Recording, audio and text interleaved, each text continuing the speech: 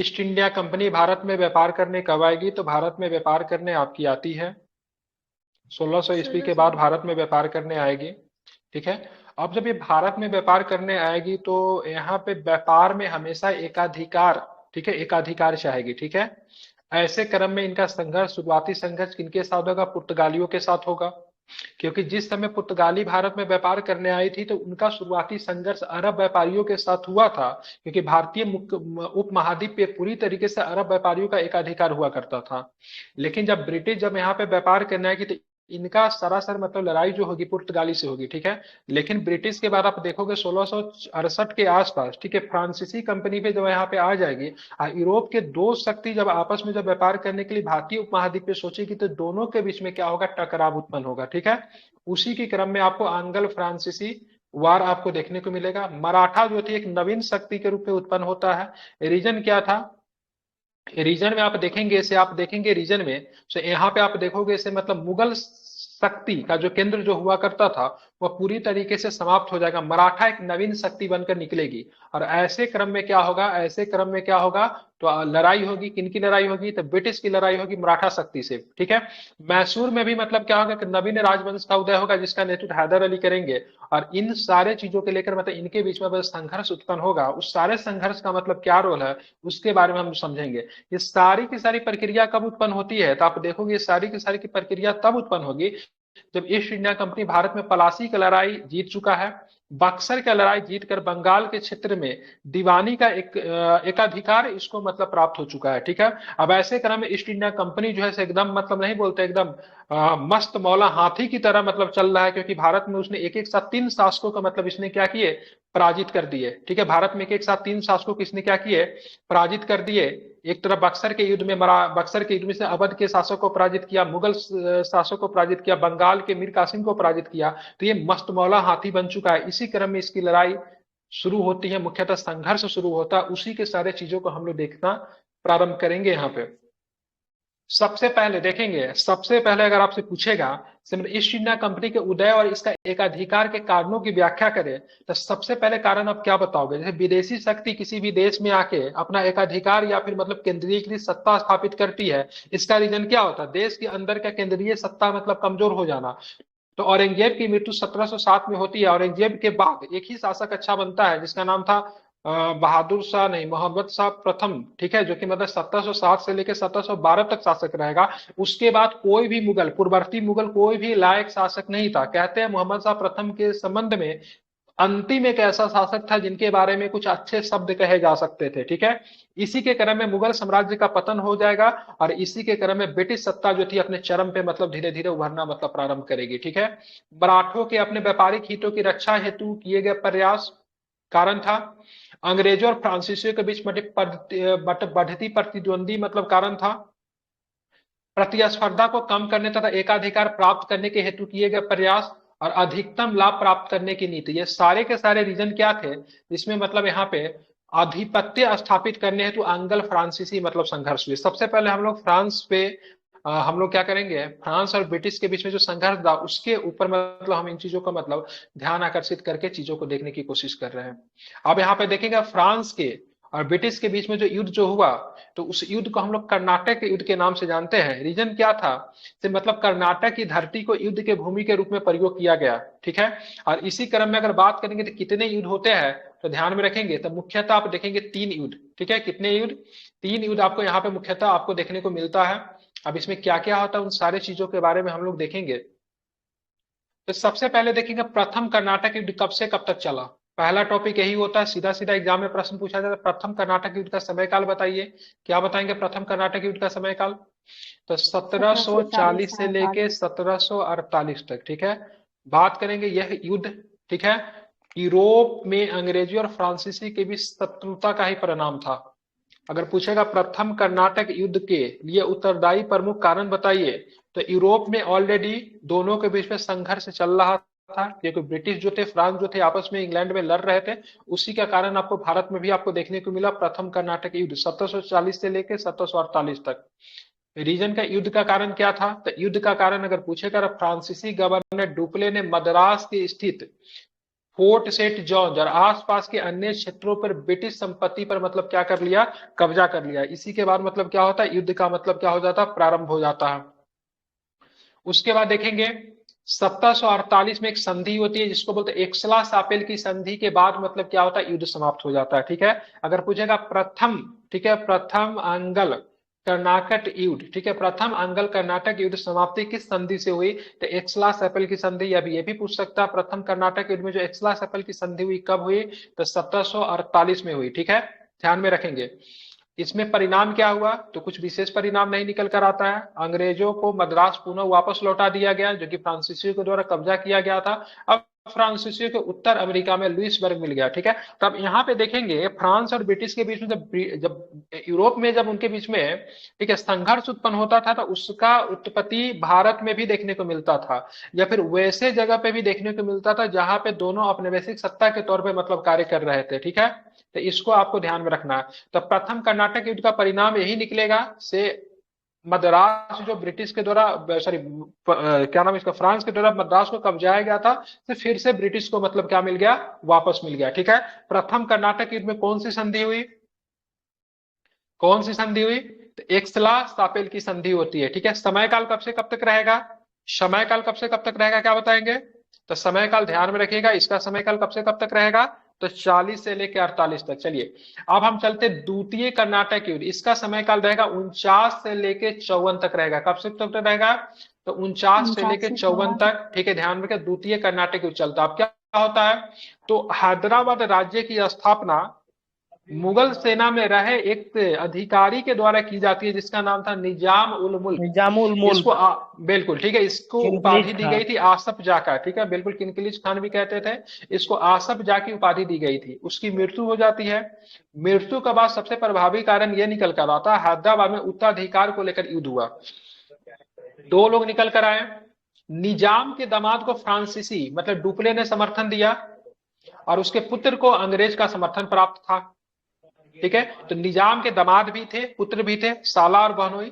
ठीक है, तो एक को मतलब जो पुत्र दामाद जो था उसको मतलब डुप्ले ने समर्थन दे दिया। ठीक है, और इसको बात बात करेंगे अंग्रेज को समर्थन किसने दिया, अंग्रेज ने समर्थन दिया उसके पुत्र को दिया। अब यहाँ पे देखेंगे इसी समय आप देखेंगे रॉबर्ट क्लाइव के आगमन के बाद अंग्रेजों ने अरकाट पर पुनः नियंत्रण स्थापित कर लिया और संपूर्ण कर्नाटक पर मतलब अधिकार कर लिया। ठीक है, युद्ध का कारण ये था। ठीक है, ध्यान रखिए ये जो था क्या कारण था, युद्ध का कारण था। अब यहाँ पे डुप्ले को क्या किया जाता है 1754 में मतलब वापस बुला लिया जाता है। डुप्ले जो था बहुत अच्छा गवर्नर था और दक्षिण भारत की नीतियां जो थी उसको बहुत अधिक मतलब अनुभव भी प्राप्त था। और उसके जगह पे एक व्यक्ति को मतलब संधि करने के लिए भेजा जाता है, तो अंग्रेजों से संधि करने के लिए डुप्ले के बाद कौन है, गुदेहू आएगा। ठीक है, जो डुप्ले की सभी सफलताओं पे मतलब विराम लगा दिया। ठीक है, तो ये उतनी जी इसमें सर। काबिलियत नहीं थी गुदोही में। ठीक है, जो कि डुप्ले ने जो भी किया था सब पे मतलब क्या किया इसने, मतलब उसमें अंकुश लगाने के काम किसने किया, गुदोहू ने किया। ठीक है, ध्यान में रखेंगे। चलिए, तो उसके बाद हम लोग चलेंगे तीसरा नंबर। तीसरा नंबर की बात करेंगे, ये इसको तृतीय कर्नाटक युद्ध कहा जाता है। ठीक है, तृतीय कर्नाटक युद्ध बात करेंगे तो सप्तवर्षीय युद्ध का परिणाम था। आप बोलोगे सप्तवर्षीय युद्ध क्या था, तो सप्तवर्षीय युद्ध ध्यान में रखिएगा, सप्तवर्षीय युद्ध यूरोप में 56 से लेकर 63 तक चला था। ठीक है, 1756 से लेके 1763 तक जो युद्ध चला था इसको सप्तवर्षीय युद्ध के नाम से जानते हैं। रीजन क्या था, युद्ध जो था 7 वर्षों तक चली थी। कितने वर्षों तक चली थी, 7 वर्षों तक 7 वर्षों चली तक। थी। ठीक है, और तृतीय कर्नाटक युद्ध जो था, लेकिन भारत में अगर पूछेगा तो भारत में तृतीय कर्नाटक युद्ध का समय काल क्या होगा, 58 से 63 होगा। कितना होगा, वो अंठावन 56 से से तिरसठ 63 ना। होगा। नहीं, 58 से 63। ठीक है, अगर बात करेंगे सप्तवर्षीय युद्ध का समय काल क्या रहेगा, 56 से 63, लेकिन भारत में 2 वर्षों के बाद प्रारंभ होता है। तो तृतीय विश्व युद्ध 58 से 63, ये युद्ध ऑलरेडी यूरोप में चल रहा था। यूरोप में ऑलरेडी पहली ब्रिटिश से और संधि। फ्रेंच लड़ रहे थे। ठीक है, ऑलरेडी ये मतलब हम्म। ये लोग लड़ रहे थे, लेकिन भारत में ये युद्ध मतलब प्रारंभ होती है 2 वर्षों के बाद प्रारंभ होती है, 58 में प्रारंभ होती है। ठीक है, ध्यान में रखेंगे। चलिए, अब इसमें क्या था, इसका युद्ध का कारण क्या था, तो भारत में फ्रांसीसी कमांडर इन चीफ जिसका नाम था काउंट डी लाली ने फोर्ट सेंट डेविड को अपने नियंत्रण में ले लिया। ठीक है, लाली ने फ्रांसीसी जनरल बुस्सी को भी हैदराबाद में वापस बुला लिया। ठीक है, बुस्सी जो था फ्रांसीसी क्या था, फ्रांसीसी मतलब जनरल था, सेनापति था। इसको वापस बुला लिया था हैदराबाद में, ये इधर मॉरिशस के तरफ था। ठीक है, मॉरिशस के तरफ था। उसको मतलब बुला लिया जाता है हैदराबाद में। तो यहाँ पे मतलब फ्रांसीसियों की स्थिति क्या हो गई, फ्रांसीसियों की स्थिति मतलब क्या हो गई, मजबूत हो गई, ठीक है। और यहाँ जी पे सर। ब्रिटिश जनरल जो था आयरकुट था, क्या था, ब्रिटिश जनरल आयरकुट, बहुत ही माई डियर आदमी, बहुत ही ज्यादा उम्र हो चुका था, 80 वर्ष के आसपास इसका उम्र था। ये बहुत ही अपने जीवन में युद्ध हारा ही नहीं, नेपोलियन को किसने पराजित किया, हम्म। आयरकुट ने किया, ठीक है। ये बहुत ही मतलब बेहतरीन मतलब एक सेनापति था, ठीक है। तो यहाँ पे देखेंगे ब्रिटिश जनरल आयरकुट ने काउंट लाली को पराजित करके खोई हुई ब्रिटिश संपत्ति क्षेत्र को पुनः अपने अधीन कर लिया, ठीक है। ध्यान में रखेंगे। अब यहाँ पे 1756 में जो युद्ध प्रारंभ हुई, 1756 से लेकर 63 तक यूरोप में, भारत में 58 से प्राप्त हुई, तो 63 में जाके युद्ध समाप्त होती है। अब 63 में जाके युद्ध जो समाप्त होती है, पेरिस के संधि से मतलब क्या होती है, युद्ध जो होती है मतलब क्या होता है, समाप्त होती है, ठीक है। ध्यान में रखेंगे। इस संधि पर एक ओर से ब्रिटेन तो दूसरी ओर से संयुक्त राज्य अमेरिका, फ्रांस और स्पेन ने मतलब क्या किए, हस्ताक्षर किया। आप बोलोगे सर संयुक्त राज्य अमेरिका का इसमें क्या कॉन्सेप्ट होगा, तो जिस समय पेरिस की संधि हो रही थी उस समय ब्रिटिश सेना अमेरिकी उपनिवेश में भी लड़ रहे थे, किससे, अमेरिकी राष्ट्रवादियों से। और ब्रिटिश का दुश्मन कौन था, फ्रेंच था। तो अमेरिकी जो वहां पे उपनिवेश का जो सेना जो था मतलब फ्रांस ब्रिटिश के खिलाफ लड़ रही थी, तो फ्रांसीसी सेना ने जाके मतलब क्या किया, उनको मतलब क्या किया, समर्थन दिया, ठीक है। तो पेरिस की संधि में अभी तक आप लोगों ने क्या बोला, ब्रिटिश और मतलब किसका, फ्रेंच के बीच में होता है, लेकिन पेरिस की संधि आप देखोगे उसमें स्पेन भी शामिल था, फ्रांस भी शामिल था, और संयुक्त राज्य अमेरिका भी शामिल था, ठीक है। सारे के सारे एक ही पार्टी में थे, क्योंकि संयुक्त राज्य अमेरिका के किसका गुलाम था, यूएसए भी कभी गुलाम हुआ करता था, ब्रिटिश का गुलाम था, क्योंकि यहाँ पे 13 उपनिवेश जो थे ब्रिटिश के गुलाम थे। जब वहां पे जॉर्ज वाशिंगटन के नेतृत्व में, ठीक है, जब वहां पे मतलब उपनिवेशवादियों ने एक सेना बनाई और यहाँ पे ब्रिटेन को मतलब भगाने का प्रयत्न किया, तो वहां पे जाके फ्रेंच ने क्या किया, फ्रांसीसियों ने क्या कहा, हम आपका समर्थन करेंगे, क्योंकि ब्रिटिश जो है हमारा भी शत्रु है, ठीक है। और इसी के साथ उपनिवेशियों की सेना के साथ जाके कौन लड़ा था, तो उपनिवेशवादियों की सेना के साथ जाके कौन लड़ा था, और फ्रेंच लड़ा था। और अंतिम में जाके सफलता हुई, पेरिस की संधि होती है, और उसमें एक तरफ से अमेरिका शामिल था, फ्रांस शामिल था, स्पेन शामिल था, क्योंकि दूसरी तरफ से बात करेंगे तो ब्रिटेन शामिल था, ठीक है। तो पेरिस का संधि इंपॉर्टेंट है, आपको ध्यान में रखना चाहिए, ठीक है। समझ गए। तो ये जी सारे के सारे रीजन थे, कारण थे, उत्तरदायी कारण थे, जिसके तहत मतलब प्रथम कर्नाटक युद्ध, द्वितीय कर्नाटक युद्ध और तृतीय कर्नाटक युद्ध प्रारंभ होते हैं, ठीक है। अब यहाँ पे देखेंगे, पहला बारे में तो कोई निष्कर्ष नहीं निकला, दूसरे बारे में बात करेंगे तो बहुत ज्यादा कुछ मैटर नहीं, तीसरा बारे में जो था, ठीक है, बहुत अधिक निष्कर्ष निकलता है। पेरिस की संधि होती है, उसके बाद बांडीवास की लड़ाई होती है, बांडीवास की लड़ाई में, ठीक है, आप देखोगे सर मतलब यहाँ पे फ्रेंच शक्ति पराजित होती है, भारत छोड़ के उनको जाना पड़ता है। भारत के मुख्य भूमि से चले जाते हैं, हालांकि पौंडीचेरी का क्षेत्र हो गया, कुछ आइलैंड वगैरह पे इनकी सरकार रहती है, लेकिन भारत के मुख्य भूमि से इनको छोड़ के जाना पड़ता है। तो एक प्रश्न हमारे मन में बार बार आता है, क्या ऐसी परिस्थितियां थी जो फ्रांसीसियों के पराजय के कारण बने, ठीक है। तो फ्रांसीसियों के पराजय के कारण कुछ मतलब प्रमुख परिस्थितियां थी, उसके ऊपर हम लोग क्या करेंगे, थोड़ा सा बात करेंगे।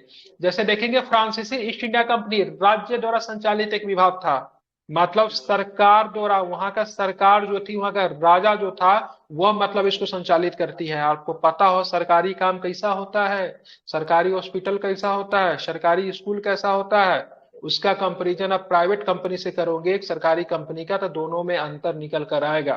प्राइवेट कंपनी में निर्णय लेने की शक्ति किसकी होती है, व्यक्ति विशेष की जनता होती की। है, बिल्कुल। जबकि यहाँ पे सरकारी कंपनी की प्रक्रिया जो थी बहुत ही मतलब क्या थी, बहुत ही जटिल प्रक्रिया थी। ये लोग बोलते थे हथियार दीजिए, नहीं देता था, ठीक है, पैसे मांगते थे, मांगता था, आता था 1 महीना के बाद आता था। तो जब इनको फंड की कमी होगी, हथियार की कमी होगी, तो पूरी शक्ति से जब ब्रिटिश सत्ता के खिलाफ नहीं लड़ पाए, यही सबसे बड़ा रीजन जो था फ्रांसीसी कंपनी के पराजय का पड़ा, ठीक है। जी। ठीक प्राइवेट है, में होता ध्यान है में, ना, खर्च के अनुसार काम भी होता है, और सरकारी में बिल्कुल खर्च ज्यादा होता है, काम कम होता है। बिल्कुल, ठीक है। इसे ब्रिटिश ईस्ट इंडिया कंपनी की तरह पेशेवर रूप से संचालित नहीं किया जाता था, जबकि बात करेंगे ब्रिटिश ईस्ट इंडिया कंपनी के लोग जो थे पेशेवर थे, शेयर धारक होते थे। शेयर धारक का ध्यान सब सदैव मतलब कंपनी के मतलब वित्त पे बना हुआ रहता है, कंपनी हमारे पैसे को सही रूप से मतलब संचालित कर रही है कि नहीं कर रही है। दूसरा कारण क्या था, फ्रांसीसी सरकार स्वेच्छाचारी थी, जो सम्राट पे निर्भर थी, ठीक है। यह सरकार ब्रिटिश शासन प्रणाली के तुलना में मतलब क्या थी, हीन थी, कमजोर थी। इस अवधि के दौरान फ्रांसीसियों का समग्र ध्यान यूरोप के अपने साम्राज्य विस्तार पे था। जबकि ध्यान में रखिएगा, फ्रांसीसी कंपनी से एक बहुत बड़ी भूल क्या हो गई, वह मतलब अपना साम्राज्य विस्तार कर रही थी यूरोप में, ठीक है। और बात करेंगे, लेकिन यहाँ पे ब्रिटिश कंपनी ये क्या कर रही थी, फ्रांसीसी के साथ युद्ध तो लड़ रही थी, साम्राज्य विस्तार तो कर रही थी, लेकिन साथ साथ व्यापार भी कर रही थी, इसलिए इनको धन की कमी नहीं हुई। जबकि फ्रांसीसी जी कंपनी युद्ध में उलझ कर केवल युद्ध ही करती रह गई और उन्होंने व्यापार करना अपना छोड़ दिया, ठीक है। ये सबसे बड़ी रीजन थी, से इनको मतलब धन की कमी हुई और सही तरीके से एक मजबूती की तरह से मतलब नहीं लड़ पाए, किसके खिलाफ, तो ब्रिटिश के खिलाफ।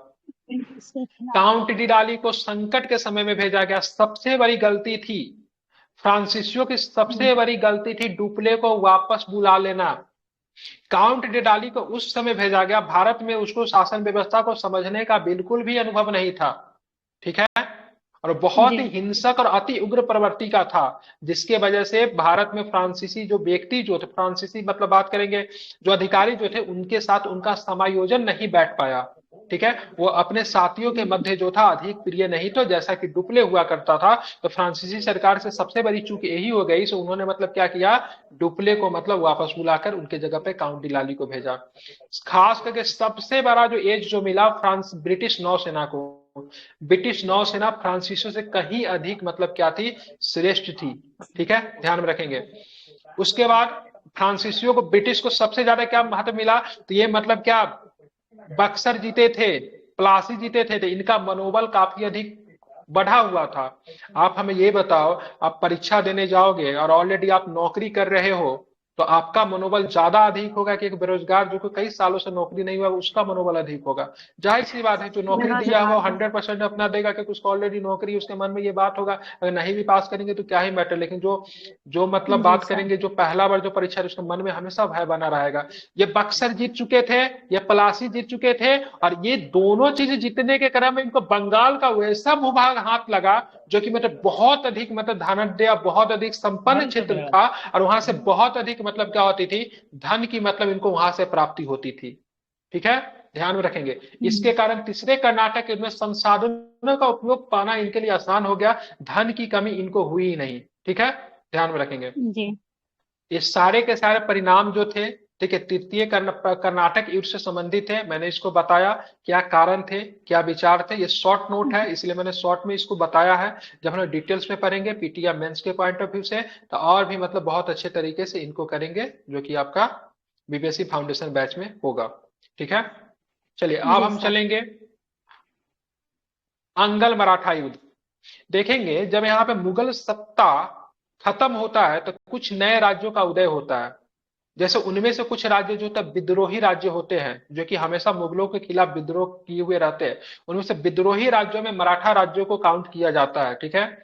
विरोधी राज्य में कौन आएगा, विद्रोही राज्यों में, जो कि मराठा राज, सिख राज,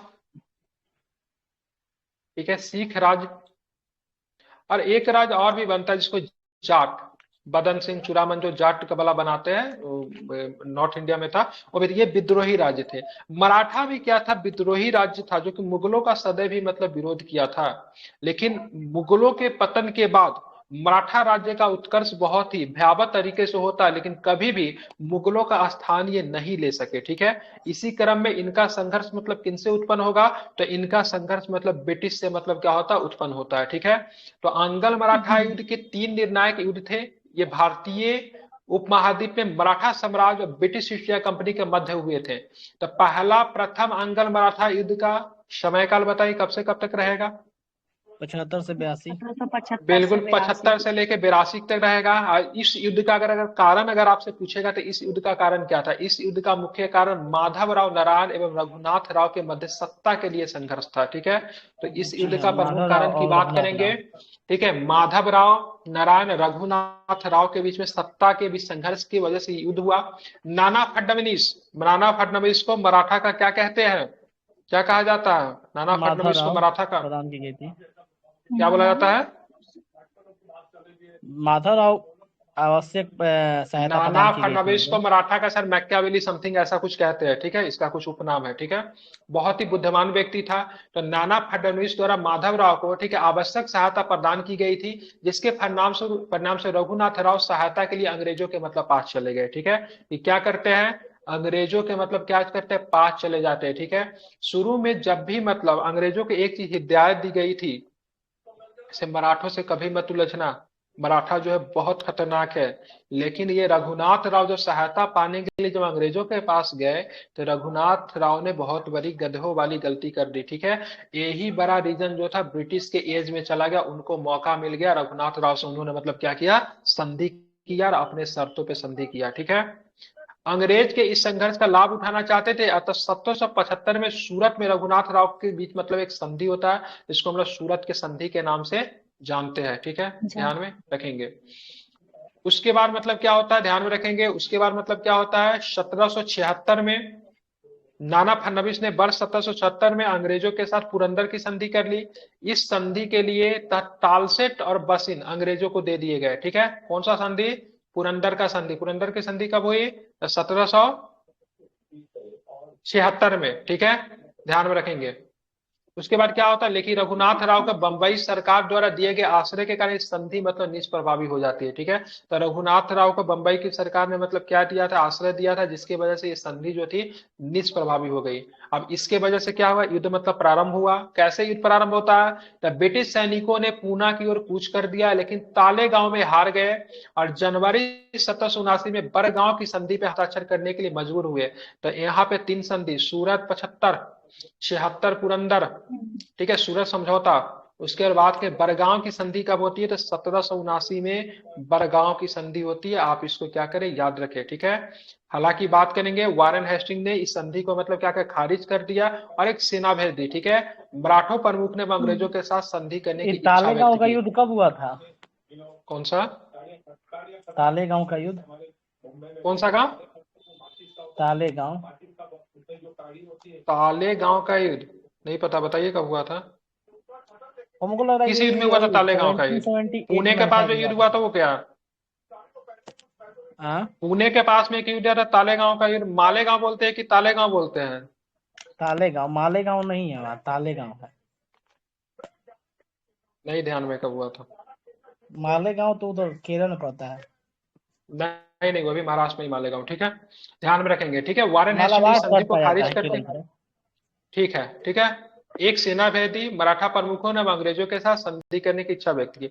अब देखिए, मराठा प्रमुख जो था, जिसमें से मतलब बहुत सारे मराठा जो था, एक मतलब प्रमुख का संघ हुआ, जैसे महाजी सिंधिया से बातचीत शुरू कर दिया। ये कभी कभी मराठा साम्राज्य के अंतर्गत थे, लेकिन मराठा साम्राज्य जब कमजोर पड़ेगा तो ये अपने आप को मतलब स्वतंत्र महसूस करने लगेंगे, ये अपने बिहाफ पे मतलब क्या करेंगे, ब्रिटिश से मतलब बातचीत मतलब करना शुरू कर देंगे, ठीक है। तो महाजी सिंधिया ने बातचीत शुरू की 17 मई 1882 के अंग्रेजों और मराठों के विषय प्रमुख संधि होती है, जिसको सालाबाई की संधि कहते हैं। कौन सी संधि, सालाबाई की संधि सालाबाद की। कहते हैं। 1782 सालाबाई वाला की था। अगर संधि। पूछा जाएगा प्रथम आंग्ल मराठा युद्ध किस संधि से समाप्त हुआ, तो सालाबाई की संधि याद सालाबाई की रखिएगा, संधि। जो कि 1782 में होती है, ठीक है। हम्म, सालाबाई की संधि का क्या महत्व है, तो सालाबाई की संधि के तहत यथास्थिति बनाए रखने पे बल दिया गया। संधि ने अंग्रेजों को मराठों के ये साथ 20 सालाबाई वर्ष की तक संधि संघर्षों मुक्त कर 1782 में दिया। हुई थी। तो हम 85 बताए क्या, हम भी तो 82 बता रहे हैं, हाँ, और ठीक है। 83 में मुक्त तो हो 20 गया। वर्ष तक मतलब दोनों के मध्य मतलब किसी भी प्रकार का संघर्ष नहीं हुआ। इस संधि ने अंग्रेजों का मैसूर पे अतिरिक्त दबाव बनाने में मदद की, तथा हैदर अली ने अपने क्षेत्रों को पुनः प्राप्त करने के लिए मराठों का भी सहयोग प्राप्त हुआ, ठीक है। तो ध्यान में रखिएगा, सालाबाई की संधि बहुत ज्यादा इंपॉर्टेंट है, जो कि मराठों और अंग्रेजों के बीच हुआ था, जो कि कब हुआ था, प्रथम आंग्ल मराठा युद्ध में हुआ था, ठीक है। आप चलेंगे द्वितीय आंग्ल मराठा युद्ध, आप देखेंगे यहाँ पे लगभग 20 वर्षों तक तो कोई युद्ध नहीं हुआ, 1882 में समाप्त होती है। 1803 में मतलब क्या होता है, युद्ध फिर से प्रारंभ हो जाता है, द्वितीय आंग्ल मराठा युद्ध, जो कि 1803 से लेके कब चलेगी, 1805 तक चलेगा, ठीक है। क्या क्या हुआ इस युद्ध में, इसको भी जरा समझने की कोशिश करेंगे, क्या क्या हुआ, तो इसको भी जरा देखते हैं। तो आप देखोगे, इस युद्ध का मुख्य कारण क्या था, वेलेस्ली की मराठों पर सहायक संधि लागू करने की इच्छा और मराठों के आंतरिक मामलों में हस्तक्षेप करने की उसकी आक्रामक नीति। अब ब्लेजली भारत में सहायक संधि लेकर आया था, वैसे तो डुप्ले लेकर आया था, लेकिन व्यापक स्तर पर ब्लेजली ने इस शक्ति का प्रयोग किया था। अब मराठों के साथ मतलब ये इन शक्ति का प्रयोग करना चाहते थे। ब्लेजली की नीति जो थी आक्रामक नीति थी, इसी नीति का परिणाम की था, ठीक है। 1800 में बसिन का संधि होता है, वो संधि टूटता है, उसके बाद 1803 और 5 के मध्य मतलब क्या होता है, द्वितीय आंग्ल मराठा युद्ध आपको देखने को मिलता है, ठीक है। अब इसमें कुछ नाम जो है, कुछ घटना जो है शॉर्ट नोट है तो उसको उल्लेखित नहीं किया गया, लेकिन मैं डिटेल से पढ़ाऊंगा तो सारे चीजों का मतलब क्या करेंगे, कवर में उसको कर दूंगा, ठीक है। तो सारा चीज मतलब क्या हो जाएगा, कवर आपका हो जाएगा, ठीक है। क्या था, तो वर्ष 1803 में दूसरा अंगल मराठा युद्ध आरंभ हुआ। बेलेजिली ने सिंधिया और भोसले की सेनाओं को मतलब पराजित कर दिया, जो कि मतलब क्या थे, मराठा सरदार हुआ करते थे। ईस्ट इंडिया कंपनी हेतु युद्ध के माध्यम से विस्तार की नीति अधिक महंगी सिद्ध हुई और इसके उनके मुनाफे में भी कमी आई। कंपनी का कर्ज बढ़ गया, इसलिए ब्लेजली को मतलब भारत से वापस बुला लिया गया। ब्लेजली कहाँ से आया था पता है, ये ब्लेजली जो आया था, अमेरिका स्वतंत्रता संग्राम चल रहा था तो वहां पे ब्रिटिश उसी से सेनापति उसी में कौन से था, हार कर तो आया ब्रिटिश है। सेनापति ब्लेजली था, ठीक है, ध्यान रखिए। तो फिर से मतलब जब यहाँ वहाँ पे हार कर युद्ध भाग कर आया है। जब मराठों चाय के पार्टी साथ की मतलब जो, घटना। आप बीच में मतलब आगे आगे वो चीज को क्यों बोल रहे हैं जो कि इनसे कोई रिलेट नहीं आप ही है। तो पूछ रहे हैं कि कहाँ से आया है, तो बताएं हम। तो कहाँ से, मैंने बता ही दे, चाय पार्टी की घटना इसमें क्या रिलेटेड करता है, तो अमेरिकी स्वतंत्रता संग्राम का तत्कालीन कारण था, ठीक है। हम्म। तो यहाँ पे ईस्ट इंडिया कंपनी ने युद्ध के माध्यम की जो विस्तार नीति जो थी बहुत अधिक महंगी पड़ जाती, कंपनी मतलब क्या होता है, नुकसान में चला जाता है, और उसके बाद कंपनी का कर्ज मतलब बढ़ गया, इस वजह से मतलब ब्लेजली को मतलब क्या होता है, वापस मतलब बुला लिया जाए। ब्लेजली जब भारत में आया था तो ये गवर्नर भी था, और इसके पास सेना की भी शक्ति थी, क्योंकि इसका जो बैकग्राउंड जो था वो सेना का ही मतलब क्या था, बैकग्राउंड था, ठीक है। अब यहाँ पे चलेंगे, क्या होता है यहाँ पे 1805 तक मतलब युद्ध चली, तो 1805 में संधि होना लाजिम है। तो एक संधि होती है 1805 में, 24 दिसंबर 1805 को होलकर के साथ संधि कर ली। इस संधि को राजपुरा घाट की संधि के नाम से जानते हैं। इसके परिणाम स्वरूप दूसरा अंगल मराठा युद्ध जो था समाप्त हो गया, ठीक है। तो पहला वाला में सालाबाई की संधि, और दूसरा वाला में जो था राजपुरा घाट की संधि, ठीक है, इसको ध्यान में रखेंगे। अब चलेंगे तृतीय अंगल मराठा है, कब से कब तक चला, तो ज्यादा दिन नहीं, एक ही साल तक 17 से चलता है, 18। 17 से लेके 18 तक चलता है। इस युद्ध का मुख्य कारण क्या था, तो इस युद्ध British governor general Lord Hastings द्वारा, ठीक है, पिंडारी डकैतों के खिलाफ, अब डकैत कहना यहाँ पे उचित नहीं होगा, मैं डकैत नहीं कहता हूँ, ठीक है। पिंडारी जो थी मराठों सेना में मतलब काम करने वाले थे, पेशवा के सेना में थे, ठीक है। लेकिन जब ब्रिटिश के द्वारा जब पेशवा को मतलब 1870 में समाप्त कर दिया जाता पेशवा के पद को, ठीक है। तो यहाँ पे देखेंगे तो ये लोग कमजोर, ये लोग मतलब क्या होते हैं, ये लोग मतलब बेरोजगार हो जाते हैं। जब बेरोजगार हो जाते हैं तो ये मतलब लूट पाट मचाने लगते हैं, ठीक है, क्योंकि ये मुख्यतः पिंडारी जो थे मराठों के सेनाओं में थे, ठीक है। तो इसी का मतलब दमन किया जाता है लॉर्ड हेस्टिंग्स के द्वारा, ठीक है। इस पर पेशवा की सेना, फिर भोसले और होलकर की सेना अंग्रेजों के विरोधी हो गई, लेकिन सिंधिया जो थे यहाँ पे तटस्थ बने रहे, सिंधिया ने मतलब कोई भी भूमिका नहीं निभाई। पेशवा ने वर्ष 1817 में पूना में ब्रिटिश रेजिडेंट पे हमला कर दिया। अब रेजिडेंट कौन होता था, जैसे मान लीजिए किसी भी राज्य के साथ जब सहायक संधि जब की जाती थी तो वहां पे एक ब्रिटिश अधिकारी को बैठा दिया जाता, जो कि मतलब पूरी तरीके से प्रशासन का देख रेख करता था। और जो भी शासक जो सहायक संधि करता था वह एक तरह से मतलब कठपुतली बन के रहता था, सारी की सारी शक्ति किसके हाथों में आ जाती थी, रेजिडेंट के हाथों में आ जाती थी। तो पेशवा ने मतलब क्या किया, रेजिडेंट पे हमला कर दिया, परंतु मराठा प्रमुख को पराजित होना पड़ा, ठीक है। यहाँ पे देखेंगे मल्हावलाल होलकर ने 6 जनवरी 1818 को अंग्रेजों के साथ मंदसौर की संधि की थी। पेशवा को पद से हटा दिया गया। इस युद्ध के बाद मराठा सरदार अंग्रेजों की दया पे मतलब आश्रित हो गए।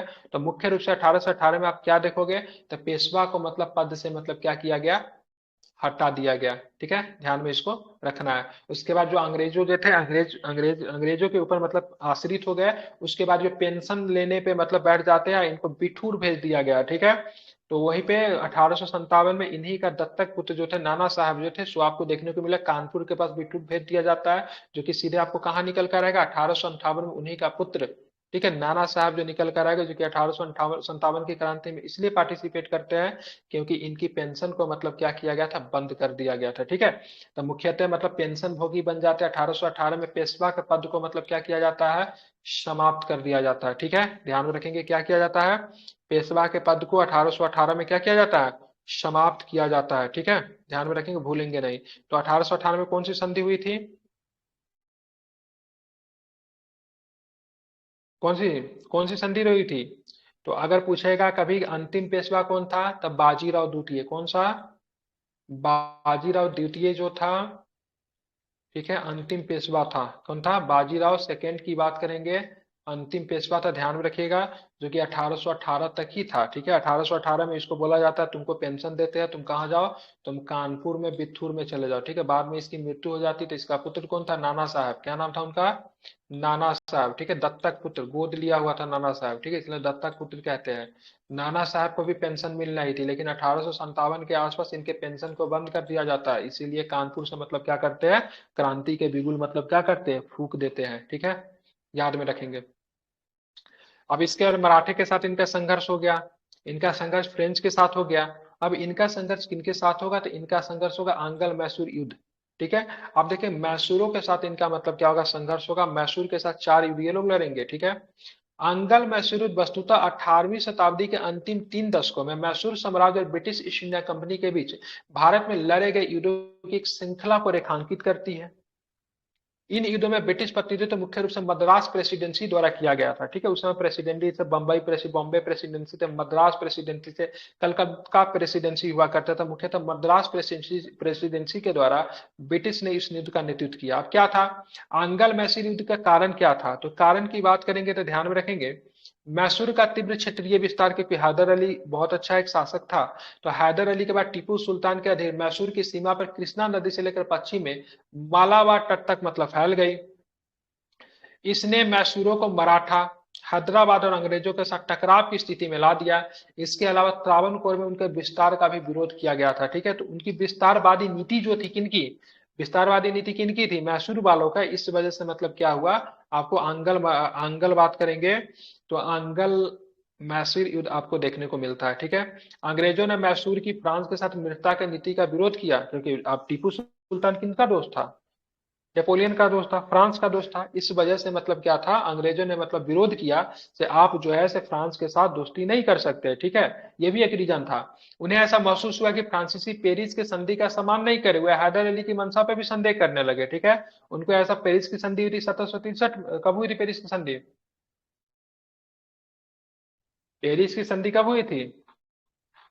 अभी बताया ना मैं, पेरिस की संधि 1763। ठीक है, याद रखें, इंपॉर्टेंट है।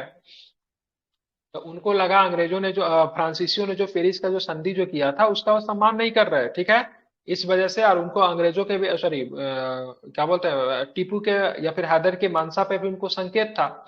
इस वजह से मतलब दोनों के बीच मतलब क्या था, युद्ध प्रारंभ हो जाता। दूसरी बार मालाबार पर, ठीक है, मैसूर के नियंत्रण, ठीक है, मालाबार पर मैसूर के नियंत्रण काली मिर्च और इलायची ने अंग्रेजी व्यापार के समय एक खतरे के रूप में देखा गया। मालाबार तट केरल का क्षेत्र मसाला के लिए बहुत ही प्रमुख था। काली मिर्च जो कि बहुत अधिक यूरोप में मांग था, काली मिर्च का यूरोप में प्रयोग क्यों करते थे? सब्जी में मसाला डालने के नहीं प्रयोग होते थे। यूरोप में काफी अधिक ठंडा होता था, ठंडा में वहां पे फसल हो ही नहीं सकता, 8 से 9 महीना वहां पे किसी भी प्रकार की फसल नहीं होती, बर्फ से ढकी हुई रहती है। तो उन लोग का जो खान पान जो था पूरी तरीके से मांस के ऊपर निर्भर था, और मांस जो था उसको काली मिर्च में डाल के उसको मतलब प्रिजर्व किया जाता था, से ज्यादा दिन मतलब वो मांस रहे। ठीक है, और दूसरी बार काली मिर्च के साथ मांस को खाने की वहां पे परंपरा थी। इस वजह से भी आप देखोगे यूरोप में काली मिर्च का बहुत ही ज्यादा मतलब क्या था, डिमांड था। और कहाँ पे आता था? मलाबार तट पे आता था। मलाबार तट का अधिकार किसका? टीपू का अधिकार।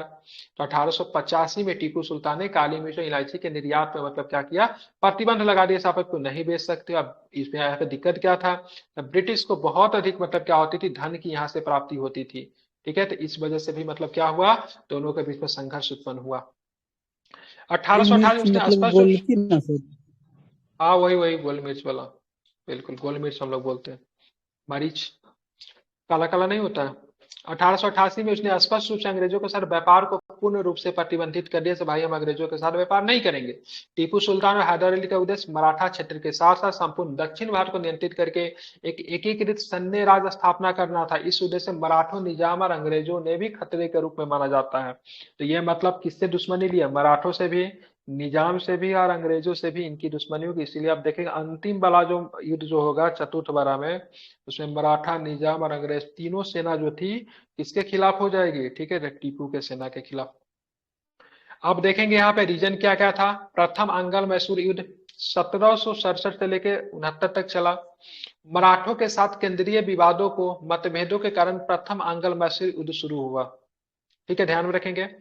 हैदर अली, ठीक है, हैदर अली ने अंग्रेजों के खिलाफ हर तक सफल रहा, लेकिन उसे अंततः मराठों तब ब्रिटिश के सहयोग से पराजित होना पड़ा। ठीक है, तो पहला अंगल मराठा युद्ध में, ठीक है, मराठों ने किसे सपोर्ट किया था? ब्रिटिश को सपोर्ट किया था। ठीक है, अंग्रेजों के खिलाफ हैदर अली द्वारा हैदराबाद के निजाम के साथ किया गया गठजोड़ भी असफल रहा। अंग्रेजों के खिलाफ हैदर तो पहले, अगर पूछेंगे पहले अंगल मराठा, सॉरी, पहले आंगल पहले आंगल बात करेंगे मैसूर युद्ध में, ठीक है, मराठों ने किसको सपोर्ट किया? तो ब्रिटिश को सपोर्ट किया। जबकि निजाम ने किसे सपोर्ट किया? तो निजाम ने मतलब हैदर को सपोर्ट किया। लेकिन मुख्य रूप से इसका कोई परिणाम निकल कर नहीं आता। मैसूर साम्राज्य अपनी कुछ खोई हुई भूमि को पुनः प्राप्त करने में सफल रहा, लेकिन बहुत ज्यादा एज जो है नहीं मिला। दूसरा वाला इंपॉर्टेंट रहेगा, यह युद्ध रक्त रंजित संघर्ष का प्रत्यक्षी रहा और शामिल शक्तियों को अत्यधिक उतार चढ़ाव सामना करना, यह युद्ध अनिर्णायक रहा। ठीक है, इसमें भी कुछ फायदा नहीं होता। 1780 से लेकर 84 तक इसी युद्ध के बीच में हैदर की मृत्यु हो जाती है 1782 में। ठीक है, 1782 में किसकी मृत्यु हो जाएगी? हैदर की मृत्यु हो जाएगी। फिर यहाँ पे सर आयरकुट, वही सर आयरकुट जो कि आपने उधर कर्नाटक वाले में भी देखा था, वांडीवास वाले में, यहाँ पर भी यही आएगा। को पदोन्नति प्रदान की गई, उसे हैदर अली को लगातार पराजित किया था। ठीक है, इसको हैदर अली को कई बार मतलब पराजित किया था। बोले नहीं किसी से नहीं हारेगा सर आयरकुट, किंतु हैदर अली को उसका पुत्र टीपू सुल्तान इतने प्रबल थे कि अंग्रेजों को उसके सामने स्तर पर संधि करने हेतु बाध्य होना पड़ा। इसी युद्ध में 1784 में कौन सी संधि हुई? मैंगलोर की संधि के साथ युद्ध समाप्त हुआ और इसके तहत दोनों पक्षों के एक दूसरे के क्षेत्र जो जीते हुए थे उनको वापस लौटा दिया गया। मतलब यह युद्ध जो था अनिर्णायक था, किसी भी तरह का इसमें परिणाम नहीं देखने को मिला। ठीक है, तो पहले वाले में मद्रास की संधि याद रखिएगा, दूसरे वाले में कौन सी संधि? मंगलोर की संधि। तीसरे वाले में कौन सी संधि? तो श्रीरंगपट्टनम की संधि। कौन सी संधि? श्रीरंगपट्टनम की संधि। ठीक है, चौथा वाला में कोई संधि नहीं होगा, अगर बोलना भी है तो बोल सकते हैं सहायक संधि हो जाती है मैसूर राज्य के साथ। ठीक है, वाडियार वंश जो वहां के हटा के जो टीपू जो बना रहा था, फिर से वाडियार वंश के शासन को ही स्थापित कर दिया जाता है। अब तीसरा वाला में देखते हैं, मैसूर के शासक टीपू सुल्तान और उसके सहयोगी फ्रांस ने 1789 में निकट एक ब्रिटिश सहयोगी त्रावणकोर राज्य पर हमला कर दिया। अब बोला जाता है तीसरा वाला युद्ध क्यों हुआ, तो यहाँ पे बात की यहाँ पे जो मैसूर वालों की जो नीति जो थी साम्राज्यवादी नीति थी, इसके लिए बोला जाता पूरी तरह से टीपू सुल्तान जिम्मेदार था। यह युद्ध 3 वर्षों तक चला, अंततः मैसूर राज्यों का हार का सामना करना पड़ा। यह युद्ध 1792 में श्रीरंगपट्टनम की संधि हस्ताक्षर के बाद समाप्त हो गया। इसके तहत टीपू सुल्तान को अपना आधा राज्य देना पड़ा था और 2 करोड़ रुपया भी देना पड़ा था। जब तक पैसा नहीं देंगे, टीपू के बच्चे को बंदी बना के रखा गया था ईस्ट इंडिया कंपनी के द्वारा। इस हार में टीपू की बहुत अधिक बेइज्जती हुई। ठीक है, ये हार जो था बहुत अधिक तक टीपू सुल्तान के जो इज्जत जो था उसको धूमिल करने का काम करता है। चौथा वाला युद्ध आता है, इस युद्ध में टीपू सुल्तान की पराजय हुई और आगे मैसूर क्षेत्र को विभाजित कर दिया गया। फ्रांस के साथ मैसूर के गठबंधन को ब्रिटिश इंडिया कंपनी के लिए खतरे के रूप में देखा गया, क्योंकि टीपू से बात, ये किससे बात कर रहे थे? ये नेपोलियन से बात कर रहे थे। ये अपने आप को नागरिक टीपू कहने लगे थे, स्वतंत्रता का वृक्ष मतलब लगाया था। ठीक है, इन्होंने यहाँ तक कि इसको आमंत्रित किया था, किसको, क्या नाम है इसका, नेपोलियन को, से आइए आप भारत पे आक्रमण कीजिए, या दोनों आदमी मिलके क्या करेंगे, दोनों शक्ति मिलकर किसी करें ब्रिटिश को यहाँ से भगा देंगे। ठीक है, तो चारों तरफ से हमला कर दिया गया इसके ऊपर। हैदराबाद के निजाम और मराठों ने उत्तर से आक्रमण किया और अंग्रेजों ने 1799 में श्रीरंगपट्टनम के युद्ध में निर्णायक मतलब जीत हासिल किया और इसमें टीपू मारा जाता है युद्ध भूमि में। ठीक है, तो इस युद्ध में 3 सेना थे, निजाम की सेना, मराठों की सेना और यहाँ पे क्या, ब्रिटिश सेना, तीनों ने मिलकर मतलब टीपू को पराजित किया। इस युद्ध के दौरान टीपू की मृत्यु होगी। मैसूर राज्य के बड़े भाग पर अंग्रेजों, निजाम और मराठों ने कब्जा कर लिया और इसी मैसूर क्षेत्र के शेष भाग को वाडियार राजवंश को दे दिया गया और भारतीय राजकुमार को दे दिया, जिसकी उम्र मात्र 4-5 साल की थी। ठीक है, मैसूर के साथ सहायक संधि किया गया और 1947 तक मैसूर पर शासन किया गया। 1947 से मैसूर जो था भारतीय संघ का मतलब क्या बनता है, हिस्सा बनता था। यह युद्ध बहुत अधिक निर्णायक था। यहाँ पे मैसूर की सत्ता मतलब क्या होती है, समाप्त हो जाती है और वाडियार वंश के शासन, जो कि बहुत पहले हैदर अली ने वाडियार वंश के शासक से ही मतलब छीन के मैसूर पे शासन करना प्रारंभ किया था, उसको फिर से मतलब शुरू कर दिया जाता है। ठीक है, यही शॉर्ट नोट्स था। ये नोट्स आप लोग को मतलब ये शॉर्ट नोट्स करवाया जा रहा है, लेकिन डिटेल्स क्लासेस जो हो